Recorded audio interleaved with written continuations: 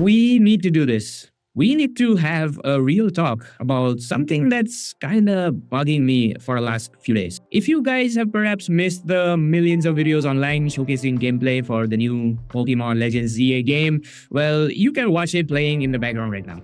But here's what I need you guys to see, alright? Left is Pokemon Sword and Shield, and on the right is the gameplay we have been shown for the new Legends ZA game. Now, can someone please explain how we went from graphics this good to something that looks like a GameCube game from 2006? Because clearly, Gamefreak can make pretty games. You can see the buildings and textures and the lighting in Pokemon Sword and Shield, right? Then you look at the textures in Legends ZA. Just how? Did they forget how to make textures? And Legends ZA is literally coming out on Switch too. Meanwhile, Pokemon Sword and Shield was on the original Switch. So how can it possibly be more graphically impressive than their latest game that's running on even more powerful hardware? Before you say it, yes, I know graphics aren't everything in a game, but when you're talking about the biggest franchise in the entire world, a franchise that pulls in billions of dollars every single year, it feels fair to expect something more than, well, what we have been getting lately, right? So today, I want to talk about why I think the graphics of recent Pokemon games just don't hold up, how they compare to other Nintendo titles, and why this keeps happening. Spoiler alert, it's not because the Switch is weak, it's because Game Freak doesn't really have to do better. Pokemon is the single biggest franchise in the entire planet. Bigger than Mario, bigger than Star Wars, bigger than Marvel, bigger than GTA. If you add everything up, games, cards, anime, movies, merch, Pokemon has made over $100 billion in total revenue. That's insane. And here's the thing, most Pokemon products look fantastic. The anime, it looks gorgeous and it has really good animation. Pokemon Concierge looks really amazing. The trading cards, stunning artwork, some of the best designs you will see in any card game. The toys and merchandise, really good quality. Then you look at the games, and it feels like you have stepped into a completely different world. One where Pokemon suddenly looks like a budget indie game that had to be rushed out of the door. Let's be real, Pokemon Scarlet and Violet, despite being fun games with lots of cool ideas, looks really rough. We're talking about empty worlds, textures that look like they're from 2006, Pokemon clipping through walls, frame rates dropping like crazy. It was embarrassing, especially when you compare it to other Nintendo titles. Now, fans will often jump to defend Game Freak. You've probably heard of things like, but the games are still fun, Game Freak is doing their best with what they have, the Switch hardware is weak, what can we even expect? In fact, I bet you will see a few of these comments below this video as well. But here's the thing. Pokemon games sell tens of millions of copies regardless of quality. Scarlet and Violet sold over 20 million copies. Billions of dollars roll in no matter what Game Freak does. So if you think Game Freak can't do better, maybe the truth is they don't really need to. Now, let's talk about their latest and newest reveal, Pokemon Legends ZA. The gameplay is playing on the background, by the way. On the surface, yeah, it looks like an improvement over Scarlet and Violet. The textures look cleaner, the city design looks a little bit sharper, and the Pokemon models also pop out a little bit more. But here's the problem, that is a very, very low bar. Saying Legends ZA looks better than Scarlet and Violet is like saying a fast food burger looks better than the one you just accidentally dropped on the floor. It's not even funny. Digging into the details, a lot of what looks like improvement is really just Game Freak flattening textures and using basic images, literally JPEGs for building details. That makes the city look kind of lifeless and lazy, like a cardboard cutout instead of a living and breathing world. Compare that to something like Zelda Breath of the Wild. That game launched way back in 2017 on the exact same console. Its world feels alive, grassy feels, the grass just sways in the wind, the water is shimmering, villages feel vibrant. Look at Xenoblade Chronicles. It does the same thing with massive open environments. Those teams managed to squeeze every single drop of performance and graphics out of the Switch. Meanwhile, Pokemon, again, the biggest franchise in the world, still looks like a fan project that got rushed to release. Now, let's tackle one of the biggest excuses. The Switch is underpowered. Game Freak can only do this much. Look, I'll admit, the Switch is not a powerhouse. It's not going to match a PlayStation 5 or a high-end PC. But when other developers, sometimes with even smaller teams, are making gorgeous games on the same hardware, this excuse falls apart. We've seen indie studios push the Switch to limits with stylized art, smart optimization, and creative design choices. And then we've got Nintendo's own teams making masterpieces like Breath of the Wild, Tears of the Kingdom, Mario Odyssey, Xenoblade, all on the exact same system. In fact, now the Switch 2 is literally running games like Cyberpunk and Hogwarts Legacy. The Switch 2 is clearly capable enough. So what's the real difference? These developers actually push themselves to make something well polished. Game Freak, on the other hand, doesn't really have to.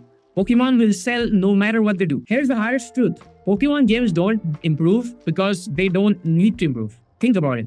Pokemon games sell tens of millions of copies whether they look good or not. Scarlet and Violet, over 20 million copies sold despite all the glitches and performance issues. Sword and Shield, same story. So from Game Freak's perspective, why spend more money hiring a bigger team and extending development time when fans are just going to buy the same game anyway? It's not like Game Freak doesn't know people want better graphics. It's just that there is no financial incentive. They make billions of dollars regardless. And let's not forget, Game Freak is not a huge studio compared to other major developers. They're not as big as the Zelda team or Mario team. But instead of growing their 200-man studio and investing in better tools, they've just stayed small because they can. Because staying small means less money spent on wages. Because staying small means less corporate tax. If they can just overwork their 200-ish employees to make one rushed game every 2 to 3 years and still manage to sell millions of copies, why will they spend more money to hire more employees? Now, I want to circle back to these common defenses these fans will give. The games are fun and that's what matters. True. Fun is the most important thing in a game. But when you are paying $60, $70, sometimes even $100 with DLCs, shouldn't you expect both fun and quality? Especially from the most profitable franchise in the world, is it impossible to have fun and quality in the same package? Why do you guys want to always settle for less? If other developers can do it, then why cannot Game Freak do it? In fact, just take a look at the new game they just announced called Beast of Reincarnation, made by the same studio Game Freak. Clearly, they can make better games. Game Freak is doing their best. Another excuse. Maybe. But their best does not seem to push the envelope.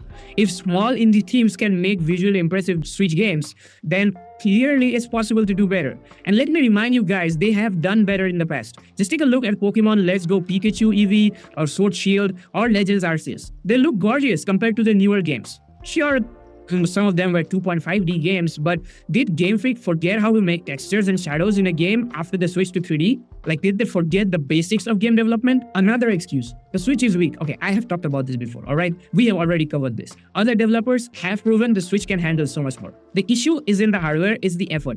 And with Switch 2 out now, this is not even an excuse. And if making a 3D open world really is that difficult for them, why not just use the 2.5D model? Game Freak is phenomenal at making amazing 2.5D Pokemon games, but really the only place they struggle right now is making 3D open worlds. If they just stuck to 2.5D, they could have not only made games much more amazing looking, but they would not have to face any performance issues at all. And honestly, I think Pokemon was made for the 2.5 and 2.5D setting. This is the reason people still prefer to play the older games, even to this day. Instead of making a glitchy and ugly open world that just looks dead, what they could do is just stick to making routes, but make the routes bigger, make them wider with more area to explore in the routes so that they don't feel totally linear, or just add more stuff to the routes in general. That would make so much more sense than making an open world that just feels so dead and pointless. And at the end of the day, defending Game Freak only tells them it's fine, keep doing the same shit, and that's why nothing is really changing. So what's the solution here? How do we actually get better Pokemon games? It really comes down to us, the fans, to be honest. As long as people keep buying every single Pokemon release on day one, Game Freak really has no reason to improve. Why risk spending extra money or time when the current formula is just printing money? If players actually started holding off, waiting for reviews, demanding better quality, or even skipping an entire generation of games, then Game Freak and the Pokemon Company may actually feel some pressure. Because, let's be real, the franchise is massive enough to afford the change. They have the money, they have the resources. They could easily hire more people, expand their studio, and take the time to polish these games. But they won't, unless we stop rewarding their mediocre games. So here's the bottom line. Pokemon is the biggest franchise in the world, and yet its mainland games look and perform like some of the weakest titles on the Switch. Other Nintendo games are out here and are setting the golden standard. Meanwhile, Pokemon fans are left with glitches, frame drops, and textures that look straight out of Google Images. And the reason this keeps happening is because Game Freak doesn't really have to do better. Their games sell no matter what.